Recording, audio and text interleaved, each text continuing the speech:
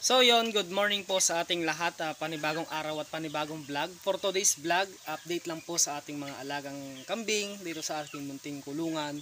At i-update ko lang din po kayo sa mga kung ano yung mga nandito mga ka-farming. Pero bago natin yung umpisahan mga ka-farming, kung hindi ka pa pala nakapag-subscribe sa aking YouTube channel, please subscribe to my YouTube channel at i-click mo na rin yung notification bell para like ang updated sa aking mga video. At mag-iwan ka na rin ng comment dyan sa baba at aking babasahin. At kung may mga katanungan ka about sa pag-aalaga ng kambing, i-comment mo lang dyan dahil aking babasahin mga ka-farming. So itong vlog na to mga ka-farming is lagi kong sinasabi sa mga vlog ko noon pa man, nagsisimula na ako sa pagbablog noon pa. Hindi pa na ako namo-monetize sa aking hindi pa namo-monetize tong aking YouTube channel. Lagi kong sinasabi na hindi po ako professional pagdating sa pag-aalaga ng kambing.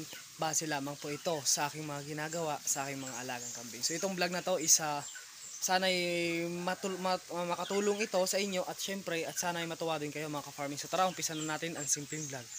Kuya Don TV.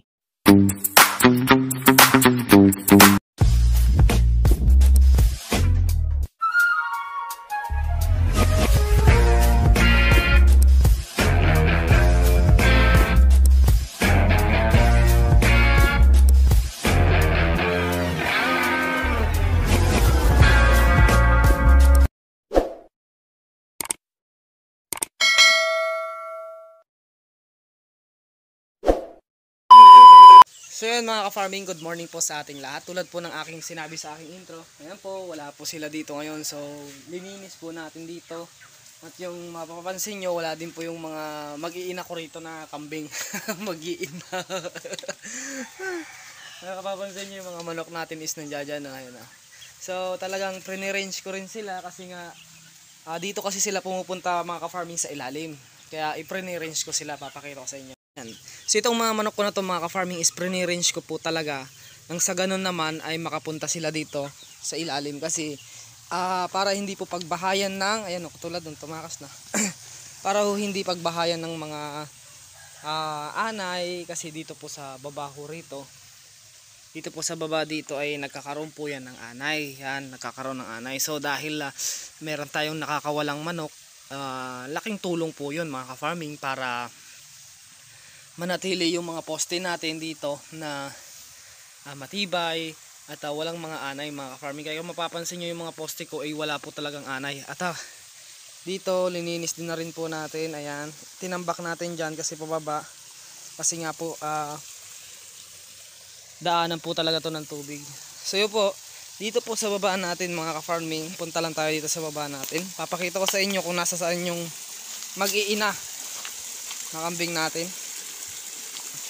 Ang tubig oh. So nandito po sila mga ka-farming. Nandito po yung mga kambing natin na pinastol natin. Ito po sila mga ka-farming. Ayan. Bali si Tagpi ay pinastol natin pero mamaya iuwi natin mga bandang 11. Sinasanay lang natin yung kambing natin na nandito muna mga ka-farming. Yan po mga ka-farming. So nandito pa sila sa bukid dahil sinasanay din ho natin yung dalawang bisero na makatikim-tikim na rin ang damo. Pero 10 days pa lang po sila ngayon mga ka-farming, kaya matagal-tagal pa yung gugugulin natin dito sa natin kambing natin. Mga 5 days pa ay matututo na rin silang kumain ng damo mga ka-farming. Pero ngayon ay nag-aaral na rin yung kumain para lang sa ganun naman ay ma-encounter na rin nila yung mga damo, masanay na rin sila. Ang importante naman ay ilalabas natin sila na kompleto sa vitamins, kompleto sa bakuna ang ating mga kambing. Kasi syempre panlaban na rin sa mga sakit mga ka-farming. Yan po, so ito mabilis lang po silang lumaki mga ka-farming pagka talagang nasubaybayan or napagbibigyan natin sila ng sapat na gamot para sa kanila. So vitamins lang naman po ang sikreto. Katulad nga yan, araw-araw ko nagbibigay ng tiki-tiki sa kanila kasi nga malaking tulong din yun talaga sa kanila. Yan, at yung buntis natin na kambing ay nandoon. Yan, at wala yung tatlo, nandoon sila sa malayo, kaya ayaw kong ipinapastol sila dito. Kasi pinapastol ko ho talaga yan doon sa kabila.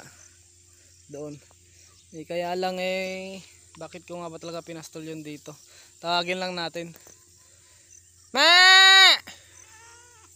Ma! Ma! So ilipat na natin tong buntis natin na kambing kasi nga tanghali na mga ka-farming. Alas 9 pa lang.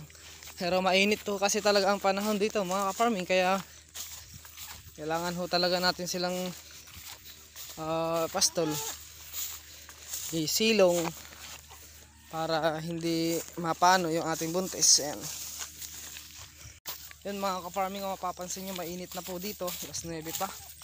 Wala pa nga mag alas 9 pa lang. Pero sobrang init na ho talaga ng panahon. At tayo ililipat ko lang ho iring kambing ko. Kasi syempre buntis siya. Dito. Ma!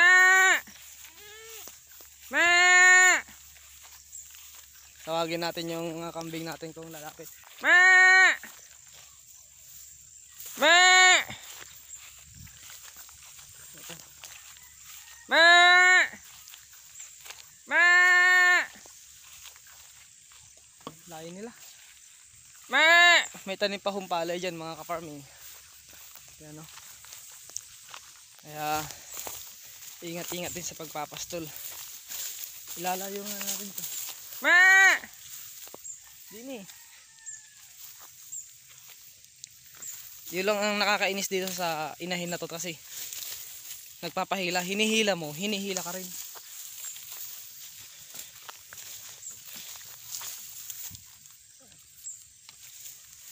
Tara na dito. So, hinihila mo, hinihila ka rin. So, mababad trip ka rin pagka hindi ka nakapagtimpi. Nandito ka sa lilim. Yan. Yan ka. Pasok na kita dyan. Dito natin siya sa lilim. Ayun, yung tatlo. Yan. Dito may mga damo naman dito eh. Yan, gusto niya dyan sa lilim, sa init. Sige, hindi na kita hihilahin. Yan ka sa init, kung yan ang gusto mo. Ando doon sila, malayo. Yung tatlong kambing natin. Anak ng tokwa. Me! Kaya mas magandang pinapastol ko sila doon sa kabila eh. Di ko ba alam ba't dito ko kasi sila ipinastol kanina. Me! Me! Yan sila oh. Yan, mga puti na yan. Me! Me! Bagay malamig pa kasi. Hindi pa sila napapaso ng init eh. Pero pagka uminit na, yan na, tatakbuhan na yan. Yung dalawa naman na to, yun o. Pasok ko na rin kaya ito. Kaya lang nag-aaral pong kumain isa eh. Yun o. May ako na ipapasok. Isuk-usog na lang natin dito sa lilim. Para hindi ka mabilad, tagpi. May damo naman ako na kinuha sa kanila eh.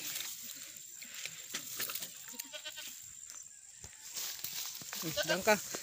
Alam mo tagpi, kumain ka ng kumain. Hindi yung pinapakiramdaman mo ako ng pinapakiramdaman. Kasi hindi naman ako kuan. Kumain ka ng kumain dyan. Yung papakiramdaman mo ako ng papakiramdaman. Yan lang po mga ka-farming. Ando doon pa sila, ang lalayo nila. Ay grabe. Yung isa naman yun, naghahanap ng kasama. Yun talaga, hindi sanay nang walang kasama yung isa na yun.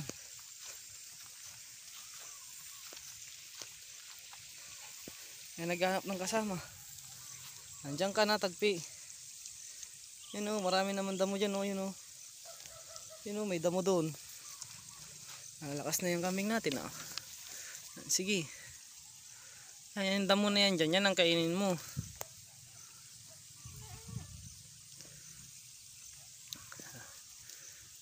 para ma-exercise lang yung ating kambing. Pero ipapasok din natin ito maya maya mga ka-farming, kasi hindi pwede na abutan sila dito ng tanghali. Para lang ang purpose nito kung bakit ilinalabas ko, yan nakikita nyo naman, para makapag-exercise, yan, makatalon-talon, para hindi rin na maano yung kambing natin, may stress yung ating mga bisero. Yan o, sige, talon-talon. Yusog ko nga pa nga itong konti, ma-short siya ng kaunti eh. Ganyan lang po purpose niyan, kaya natin sila pinapastol dahil okay, ang tigas naman nito, grabe ang tigas oy.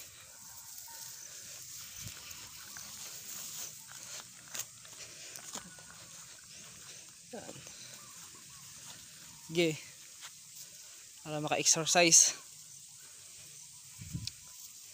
Okay, sumutsot kayo ng sumutsot.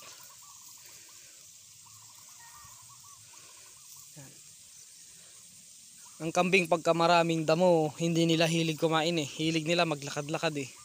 Pero pagka walang damo, kahit na matigas ang damo, kinakain nila.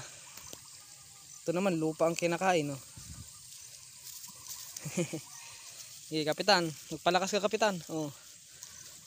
Yan ang gusto kong mangyari sa kanila, takbo-takbo sila para ma-exercise yung kanilang buto. Mamaya uuwi pa yun, mamaya uuwi na yun. Ngayon ay hindi pa nakakaramdam ng init. Minsan naman na yun, magtutulala lang yan dyan. Tutulala lang yan dyan. Hayaan ko lang yan dyan. At mamaya ay magpapainom tayo ng tubig na may molasses.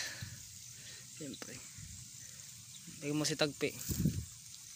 Dati napakalakas nitong kumain, pero simula nung nanganak ay mapili na sa damo. Or baka siguro lang talagang hindi lang talaga nalilito lang siguro talaga sa kakainin niya kasi marami din damo eh. Yan. Pagka nakakulong ito, gustong gusto nito na lumabas. Pero pagka nasa labas, gustong gusto nitong pumunta sa kulungan. Baliktad din talaga si Tagpi eh. Yan o, layo ng tingin o.